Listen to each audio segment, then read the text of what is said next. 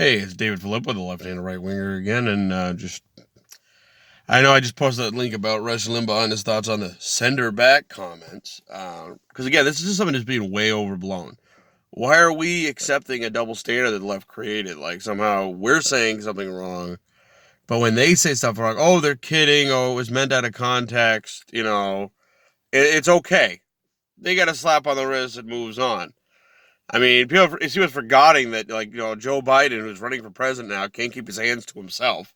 Just walk away from that. No, they're still talking about grab her by the Trump said. I mean, really. I mean, there's a double standard here, and it's really frustrating. It's really frustrating. Because he never said send her back, and he quickly recanted they didn't like his people saying that. But you can tell it was tongue-in-cheek. I mean, it's like locker. I mean, nobody... I mean, Trump meant it, and I think more people would mean that if you don't love this country, why are you here? Not get out. We don't want you here. Get the hell out of here. But it doesn't make sense.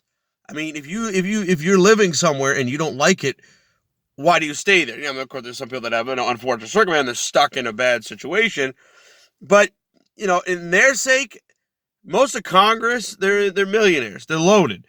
It's not too hard for them to move. And the Democrats are always bragging about, how wonderful Canada and Europe are and how much better they are than in the United States. Well, I believe, you're always bragging how great they are. Their immigration policies must be more lenient than ours, which they're not. But why don't you just go move over there? I mean, I'm not saying they have to, and I'm not suggesting that they be required and shipped up out of here. No. And I don't think anybody else is saying that either. It's strictly that if you don't like it, why? Why? It's a friggin' question. A question. Not an order, a question. And yeah, obviously, we don't really want to get rid of people, but it's just kind of disappointing when you have a group of people here that supposedly came here from an awful place. And you expect when you immigrate and you assimilate. You become one of us. Now you come here, you know what? I don't like what you guys do. You should change it to be the way I would want it. Well, you got kind of a lot of nerve coming from that shithole. Especially if you came in like an asylum seeker. Be grateful for what we're giving you. Well, then you come in our opportunity, cut off the whole line of legal immigrants that are coming to the right way just because you're unfortunate. And also, it's sad, and our country's giving your country billions of dollars, and obviously they didn't help you with it, which sucks. We shouldn't be giving them a penny if it's that bad for you, number one. But it's ridiculous. It's ridiculous. We're sending billions of dollars to these countries. They're not helping people, and there are a lot of people like Ilhan Omar and the rest of them that are coming here and expecting everything. Now, I know obviously we weren't saying send her back to Alexandria Ocasio-Cortez, but I think things are so bad. Look who's running the Bronx. It's been run by Democrats for years. No wonder it's as the president said, a shithole. Because Democrats, they bank on people living shithole. If you're suffering and struggling, that's how they stay in power. Because, we'll give you something. We'll give you some table scraps here. We'll give you the food stamps. No, not give you the upper. See, the other thing is, we don't realize, the Democrats want to keep you poor. They'll give you just enough to get by so you can survive. Because I'll admit, like I've said before in other videos, I've been unemployed. I took unemployment. I've taken food stamps. It's my tax money. I'm getting it back. It's the way the system lets me get my money back. It's fine. And I would agree anybody else to do the same. But it's really sick with it because the Democrats are using that as a way to keep themselves in power. Just promising these people these little handouts rather than doing what the Republicans do is saying, hey, look at this. We're going to make sure these places are open up and have jobs for you so you can go get a job, make a career, better yourself. Oh, you want to make an investment?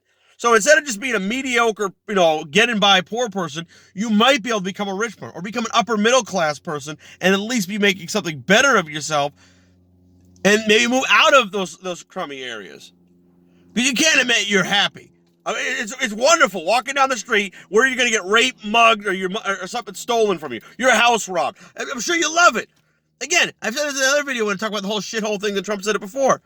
It's not the people, it's the place.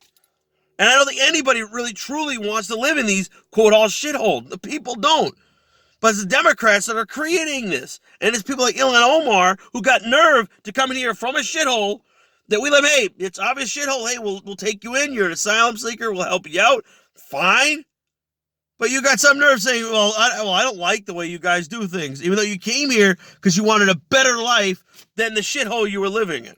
It's hypocrisy, and it's sick, and it's stupid, and basically now she's freaking loaded because she's a freaking congresswoman now. Do you realize every top level, every senator, congressman, House Speaker of the House, every level of the Senate, every executive branch, top Secretary of State, Secretary of Interior, et cetera, the president, the vice president, and each chief justice of the Supreme Court combined, we give them $1 billion a year. $1 billion.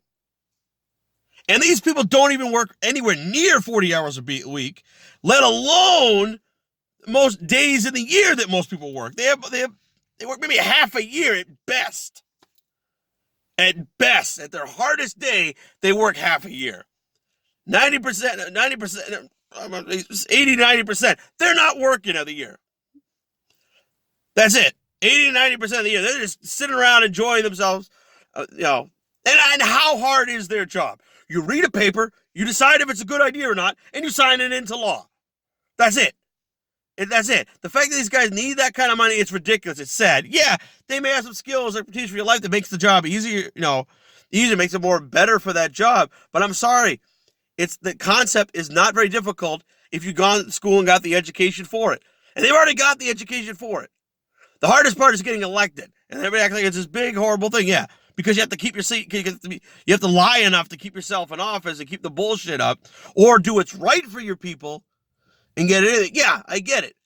But it's ridiculous. And the Democrats are just making it worse and worse. They have no chance. They're done. Joe Biden, essentially Mitt Romney all over again. He's Mitt Romney all over again. Because only the establishment, look, all the polls, he's barely hitting like 25%. His main competitors are duking it out, so they're never going to have a chance. Unless two of those three, I've said it before, Elizabeth Warren, Kamala Harris, and Bernie Sanders, if two of those three bump out, they might be able to surpass Biden. But they're not. They're not doing enough to do it. So he's going to be like Mitt Romney. The base is going to be warm for him a little bit because the establishment's going to be driving it. But people aren't going to be in love with Biden.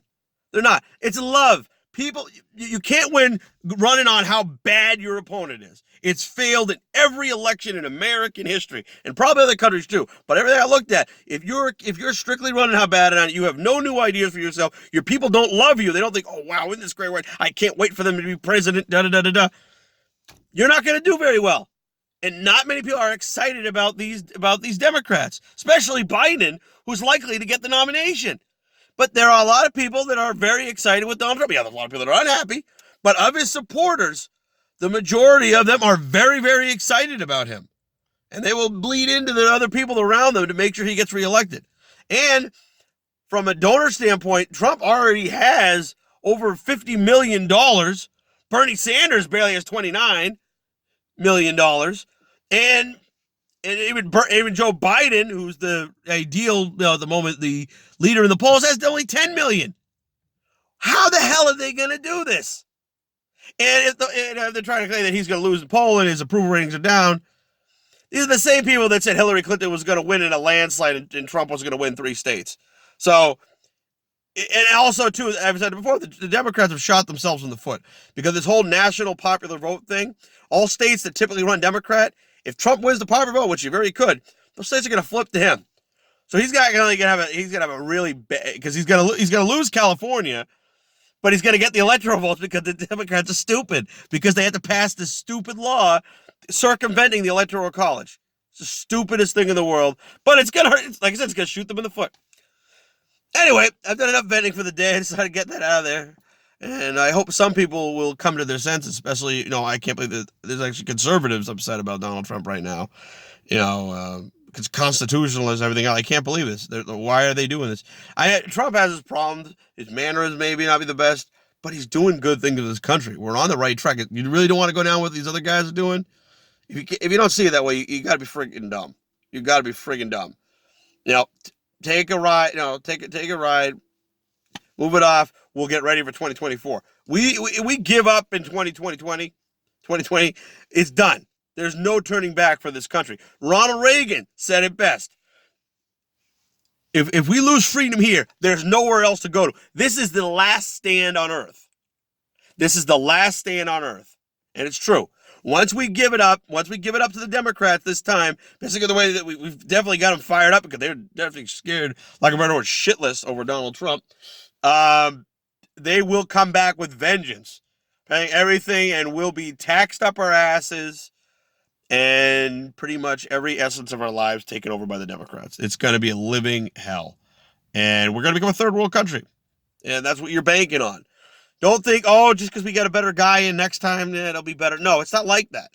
Every win the Democrats get, that gives them more power, more money, more to campaign. The more they keep losing, people aren't going to give them any money. And honestly, I tell you right now, I got my disagreements with libertarians, but I'd much rather have a two-party system, if we have to have it, with the libertarians and the Republicans. All right, have a nice day. Bye. Stay cool out there.